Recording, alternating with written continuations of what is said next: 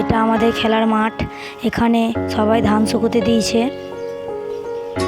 আর এই যে বড় মাঠটা দেখছো, এখানে আমরা প্রতিদিন রোজ ফুটবল খেলি।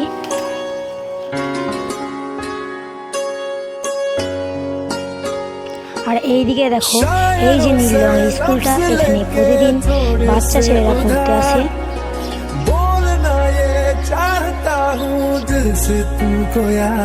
এই যে পাথরের পেছনটা দেখছো, এখানে আমাদের বড় কালিমা আছে।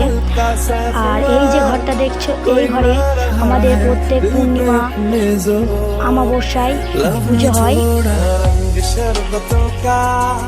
এই মন্দিরটাতে শ্রাবণ মাসে পূজা হয়। এখানে হাসা বলিও হয়। এখানে মাঘ মাসে ছোট কালী ঠাকুর পুজো হয়। এই দোকানটায় খুব বেচা কেনা হয়। এই দোকানটার নাম মমিতা পান।